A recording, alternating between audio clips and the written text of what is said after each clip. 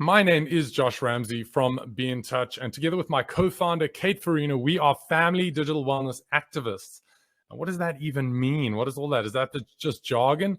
Well, it's not jargon because parents of kids growing up today have an extra job that our parents don't, and that is online parenting, protecting, guiding, and mentoring our kids as they go and live online, guys. So today we are talking about why we and parents should be concerned, are concerned, and should be concerned about cyberbullying, and importantly, what we can do about it, how to spot it, and how to stop it. Kate is in the chat and she is answering all sorts of questions that you put there and posting links to things that are mentioned here in the webinar and a bunch of other things. So make sure that you watch the chat. And I'm very excited to get going. We got 141 people, 144 attendees in the room at the moment. And I think it's about time we get going. Remember, if your co-parent or your partner or a caregiver for your child can't make it to the session, it is being recorded and it will be posted on the Discovery Health Mental Health Hub, which I'll be talking about in just a moment. So I'm going to close that poll and let's have a look. Let's have a look and see. We've got 22% of parents saying yes, their child has been cyberbullied, and 77% saying no. We're going to share some statistics that might make you rethink that in just a moment. So guys, we are so excited about our partnership with Discovery Health, and it looks like a flashing disco ball behind me, but it's not a disco ball. In fact, it is the Discovery Health Mental Health Hub. And this is where you can get all sorts of information about parenting, about mental health, about protecting your children. And this is the fourth in a series of 6 Discovery Health webinars focused on empowering and upskilling parents in their online parenting role. Our aim at the end of the day is to keep kids safer and saner. So you can head over there. Kate will post a link so you can check it out. And at the bottom of that page, you can click through to the Discovery Be in Touch digital well-being page, which has all the resources specific to digital well-being. Some of the resources we're going to be talking about here, and some in the following webinars, which we'll be talking about tomorrow in the webinars that are coming up. I'm going to launch 2 more polls quickly before we get into the stats that we are going to be sharing with you. And the first question is, when do you think cyberbullying happens?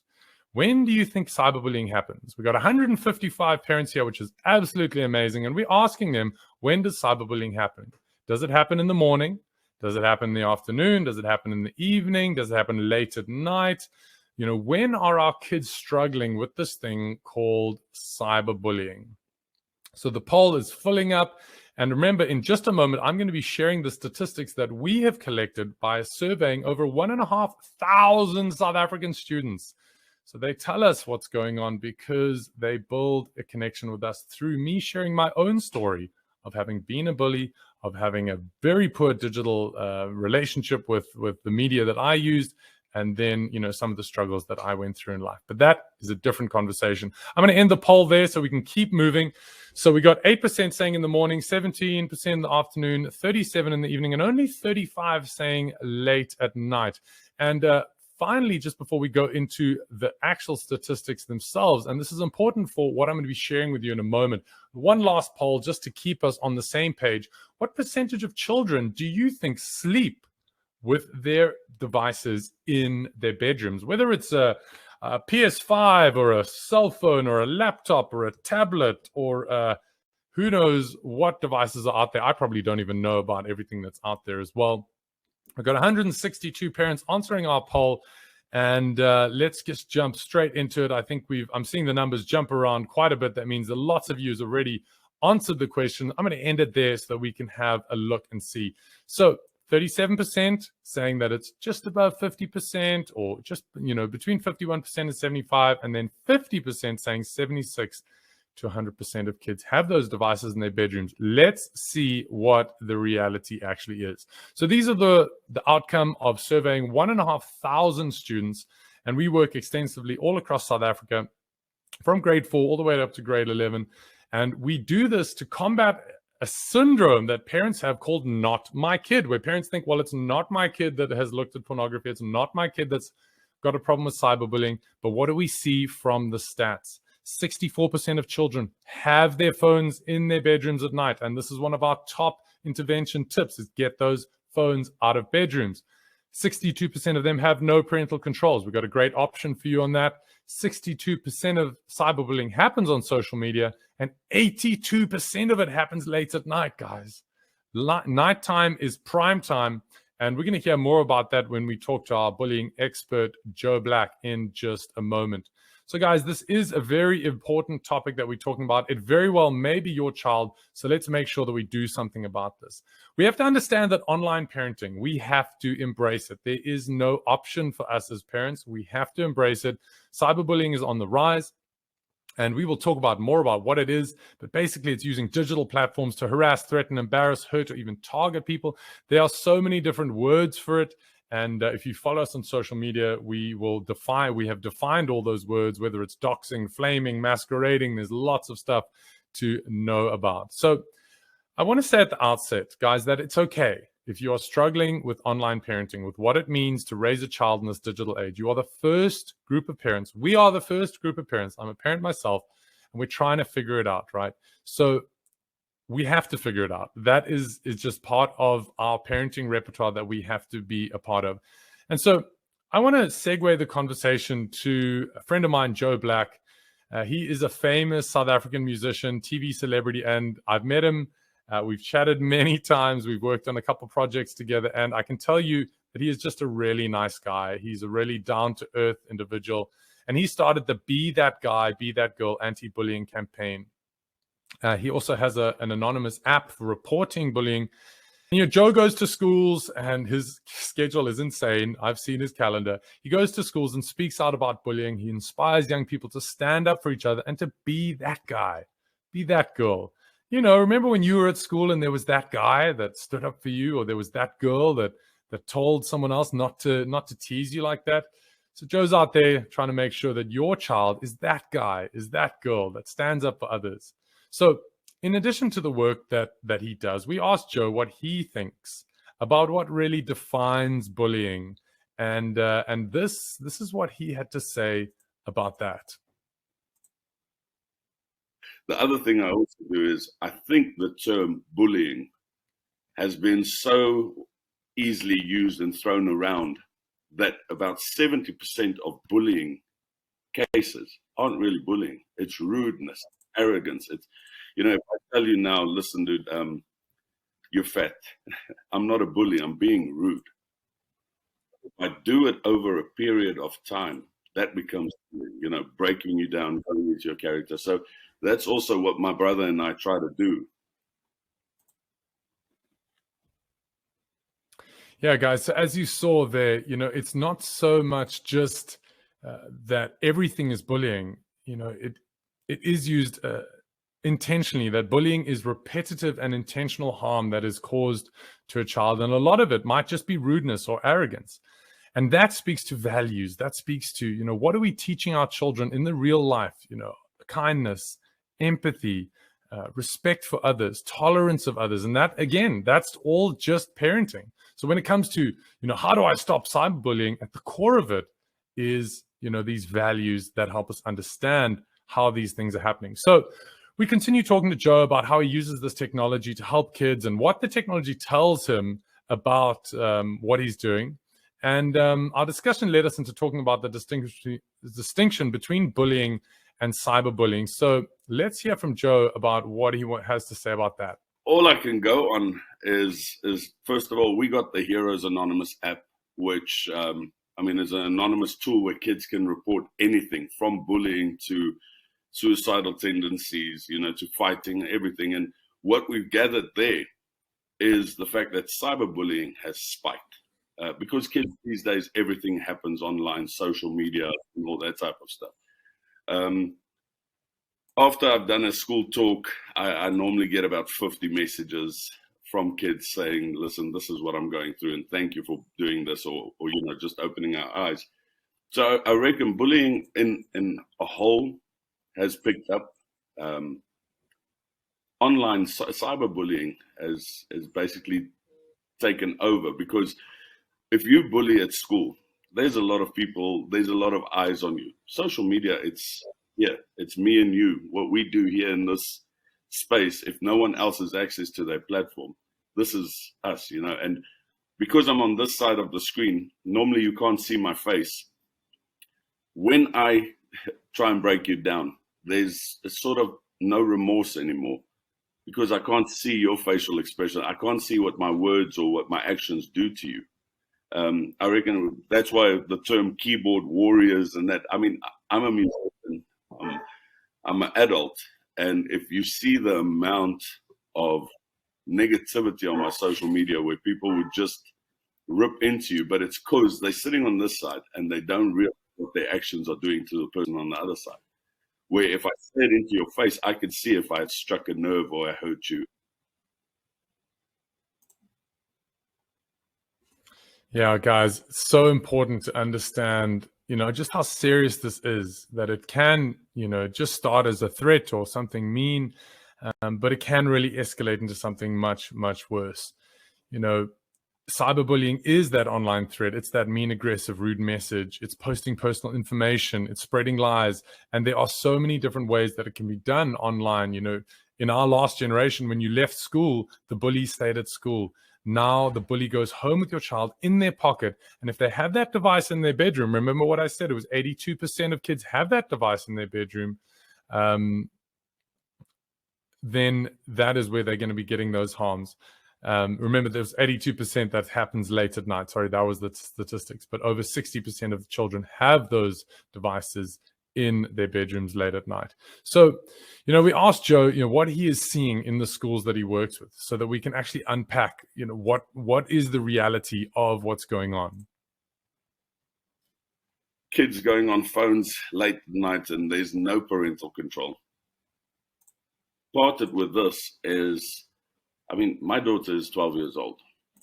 We don't talk about suicide in the house. We don't talk about, but where she mentioned something like that, because it's relevant. It's on social media. It's on TikTok. There's been how many videos of, kids telling what they're going to do on social media, and they're exposed to this. And it's sort of like it's become a trend, where kids, and you would know this, our teen or youth, the suicide rate has spiked because of social media. I think, and that is what my kids or kids, in general, don't share what happens on their social media. They don't talk to their parents anymore. They don't talk to anyone, because that is my space. That is where I roam. And I think it's a dangerous platform, and it's a dangerous place for kids. Yeah, guys, that prime time where cyberbullying happens, and Joe mentioned two things in particular. The devices are allowed in bedrooms, and it's late at night, and no parental controls. So these are very tangible things that parents can do about it. It's amazing to see that we've got 185 parents here, and this ripple is going to go out about taking an action to make sure that our children are not suffering online. He spoke about how suicide and these very, very mature themes, suicides, cutting, bullying, are being glamorized in the media. And this is what our children are watching. So if you are not limiting what they have access to, it might not even be, that they are being bullied, but just the content that they're watching is changing how they see the world. So why is cyberbullying worse? We're going to go in now and just unpack a little bit more about, what it is and what we can do about it. The effects of cyberbullying can be even more severe than the effects of traditional bullying. And again, because you're taking that device home, the bully is following you in your pocket. It's not only hurtful messages, it's an unlimited audience. So the scale of hurt just gets scaled up with the technology that's being used. It's words and images that are often kept online and reshared, and the bully can come back from different angles. And it can feel like you're being attacked from everywhere with no letting up or way to escape, even inside your own home. Guys, there are stories of children that have made terrible decisions late at night because of being cyberbullied. So if it's 3 o'clock in the morning and a 10-year-old is trying to deal with the fact that they're getting bombarded with messages, that's when something terrible could happen. So again, speaking to the fact that we got to be doing more as online parenting. We spoke about the rise of cyberbullying, that it's taken over from, the physical bullying, and just how important it is that we get this, we get on the same page on this. And it's unlimited because there is this audience that everyone is watching what's happening. And again, there's a conversation piece here around being a bystander or an upstander. If you are standing up for someone that is taking the initiative and protecting them online, children are culpable if they're part of a group where bullying is happening and they don't do anything or they don't leave. So there is a lasting impact, not only for the bully and the victim, but those that stand and let it happen. So the impacts of cyberbullying, what are we seeing? Mentally feeling upset, embarrassed, there's definitely impact there. Emotionally feeling ashamed, that you're not loved. Physically, you can actually start to see the impact of bullying physically. Tiredness, symptoms like stomach aches, headaches, ulcers. It's a very stressful experience for children to go through. Okay, guys, so what are the signs? How do we as parents go, hold on, something's up? Well, firstly, I want to just say intuition is so important, that often as a parent, we know something's not right, but we can't put our finger on it. And if that is what's going on, you need to be exploring what's going on.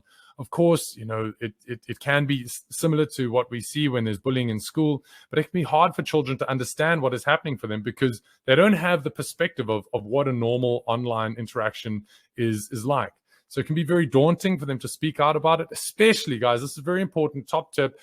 Children don't want to report cyberbullying because they're scared you're going to take their device away. So you need to tell them while you're setting up your agreements around that device usage that we're not going to take the device away, but we are going to work together to make sure that you're safe and sane online. So it's important that parents can help their child spot if they are a victim. And some of these might include unexplained physical changes, loss of weight or appetite, avoiding school because they just don't want to go and face the bully in person, mood swings, loss of interest, quitting social media. This is a big one. If everyone's on social media and your child is like, I'm done, I don't like WhatsApp anymore, chances are something has happened. So we need to be asking them better questions, open-ended questions. Can you teach me about cyberbullying? Can you teach me about what's happening on TikTok? Can you teach me about how we use Instagram safely? Put them in the driver's seat to help them. So what should we be doing, guys? We need to be reassuring our children. We need to be checking in with them, checking up, collecting facts, guys. It's important that they understand that you are involved in supporting them. Finding out that your child has been cyberbullied is an emotional roller coaster, both for your child and for you.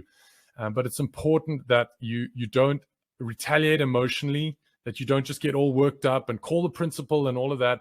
You might want to do that or call the parent to do that, but it's important that you take the time to calm down and show your child that you're calm and that you're going to help them through this in a way that helps them to be calm, because inherent in the cyberbullying is stress and anxiety, flight and fright kind of responses.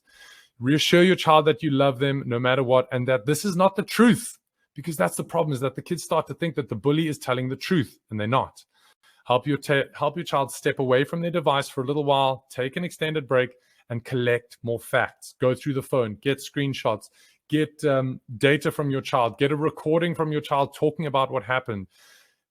As time goes on, we start to think, oh, it wasn't that bad, and then it might happen again. So you need to build the facts, especially if you're wanting to take it and escalate it to something where the principal's involved or police potentially, depends how bad it's got, and encourage your child to stick up for their friends. Giving your child a bit of an action plan, like this is what we're going to do. Dad or mom or auntie or uncle or whoever you are, I'm in here and I'm in your back. I got your corner and we're going to work through this plan together. That can really help as well. Help your child to use an app or the settings available to block and report kids. This is super important. Your children have the capacity to block, filter, and report people that are treating them badly on platforms. And they love that kind of autonomy, help them identify what is bullying. So talk to them about it. And again, consider speaking to your school, making sure that they know what's going on. Okay, guys, I know that there's been a lot in there. The recording will be available. You can go back and review this. And of course, we've got lots of resources on this. But I think the biggest takeaway here, and we'll get to our top tips in a moment, is that there has to be an intentional stepping up to the plate of all of us as digital parents. We got one last clip we want to show you from Joe. And it was particularly important for me because I was a bully in school. I had no idea I was a bully.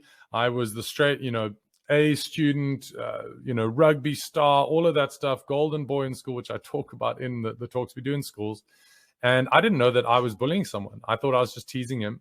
He ended up leaving the school and wrote me a letter that said, dude, you made my life so hard, and all the emotional hurt that you put on my plate. And I had no idea. Of course, fortunately, I was able to change my ways because supportive family and friends, and just the fact that I knew I was a bully. But that, our discussion with Joe then went into, not just the fact that these bullies are baddies, that they're just bad people, and in fact that these bullies are kids that are hurting as well. So we had a chat about, what parents can do to help their child if they are bullies, and importantly, what parents do when they get that phone call to say that in fact your child has been bullying. But I think for parents, the most difficult phone call to get is the one saying your kid is the bully. Because when we hear the story of bullying, it's always the victim story, and I hear that. But what about the parents who gets the call and say, listen, your kid is the bully? When your kid goes out to school and they say, I don't know, this is not how I raised him. I don't know where this comes from. And again, it goes back to hurt people hurt people. Wow, guys, hurt people hurt people. What a quote. And I think it's something very important to keep in mind when we deal with our child being bullied, is that there's a child over there that's hurting. And, I can relate to that, having been a bully, that I had my own hurt. But I want to give you some tips on how to figure out if your child is a bully, because they very well may be. The statistics need someone doing the tango on the other side there. They can't all just be victims. So how do we spot if your child is a bully? Your child is a bully, might be a bully if they keep to themselves, they refuse to include certain people in play, sports, or studies. If they continue with inappropriate, unpleasant behavior even after you've told them to stop, if there are kind of discipline issues or consequence issues. And this is a big one. If they are very concerned with being and staying popular, and that was me at school in a nutshell. I didn't realize that I was just becoming a chameleon into whoever I had to be to stay popular. And in some instances, that meant that being a bully helped me to be popular. So if your child is very concerned about their image, they might be bullying to keep that image, and that status. If they constantly play extremely aggressive video games, it just normalizes the kind of physical violence, and also, the content that goes on in those spaces, the language that goes on, especially if you've got, anonymous chat going on or voice chat on Discord. If they seem intolerant or show children contempt to other children, if they're critical of others. This is a big one as well. If they hurt animals, I know it seems like we're getting into a psychological rabbit hole, but if they are, just rough with animals, or if they seem to be, doing weird stuff with animals, or insects, or pulling, wings or flies, that kind of stuff. These are all telltale signs. It's not a sure, cut and done. And I've got a, little proviso. This is speaking from personal experience, and, I'm not a professional that can diagnose this, but it is important that we look out for them and keep our eyes open.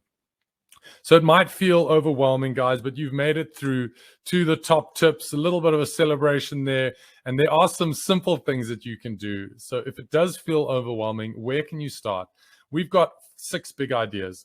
Agree on family technology rules, especially if that's, and that's where cyberbullying is happening. That's what we got from our stats. Have some conditions around how we use these devices, where we use devices, in what rooms. And maybe you want to chuck one in there for yourself or your partner about using it on the toilet or bringing it into the bedroom. I know I bought an alarm clock recently, and that's made a world of difference in my life. Chat to your child, open questions, not how was your day? Yes, no questions. Can you teach me? What do you know about? What's the craziest thing you've seen? Installing parental filters, making sure that you've got something on there. We love Bark and we love Griffin. And if you join us online, we'll make sure that you have discounts on those and links to them. Keep devices out of bedrooms at night. Number 1, it's a very important one. Keep checking in and checking up, and talk to your teen. It's not going to be a one and done. It's going to be every week, intentional check-ins to make sure that your child is safe. And remember, guys, we are here to support you. Discovery is here to support you, and so is Be in Touch. We've got the Mental Health Information Hub. We've got articles. We've got resources. We've got the 8 Steps to Family Digital Wellness, which is a downloadable a downloadable resource with live links into a bunch of other resources so that you can move through those steps. We've got some upcoming webinars, and of course, the recording will be available on the Discovery Health Mental Health Hub. You can access it there and share away. Please remember that your child is only as safe as the least informed adult in your family. Make sure that you sign up for the Be in Touch newsletter so you can stay up to date. We've got discounts on stuff. We've got access to great hardware and software, latest trends, practical tools and tips, and much, much more, guys. I want to thank you so much for being with us. It's very important that you join us for the next webinar. We have the next webinar next week, Wednesday at 11 a.m., 11 to 11:30. Make sure that you share that registration link, which you can grab on the Discovery Information Hub, as well as the Be in Touch Discovery Digital Parenting Hub. Share that registration link far and wide, and make sure that you join us next week, where we are talking to Luc Lamprecht, one of the foremost experts on child protection in South Africa, about stranger danger. We're going to be talking about where and how online contact happens and how you can help your child to manage it. And as we've seen from the stats, it's not just a pie in the sky picture. This is a real challenge that children are facing out and about in the world. It takes a digital village to raise a digital child. So please share far and wide that registration link so that we can fill the room and have as many parents as possible, starting that ripple effect of keeping children safer and saner online. Let's get everyone involved in sharing this parenting challenge. I want to thank you so, so much. I think we've got about 30 seconds. I'm going to go back up to the chat to see if there's any question that I can deal with right away. Great stuff happening in the chat. Should we check our phones, Mariana? You definitely should check your phones. So thank you guys so much for being with us. I'm going to close out now. Better to leave early than late. It's been an amazing 30 minutes. Please, if you've got it in you, to head over to the Be in Touch Facebook page. Kate will post a link now, and just hit on the review. We're really looking to build the normal need for this kind of work, and for parents to be a part of doing that. And a testimonial from you just helps us do that. So thank you so much. Thank you so much for joining us. And we look forward to seeing you next week at 11 a.m., where we learn about stranger danger.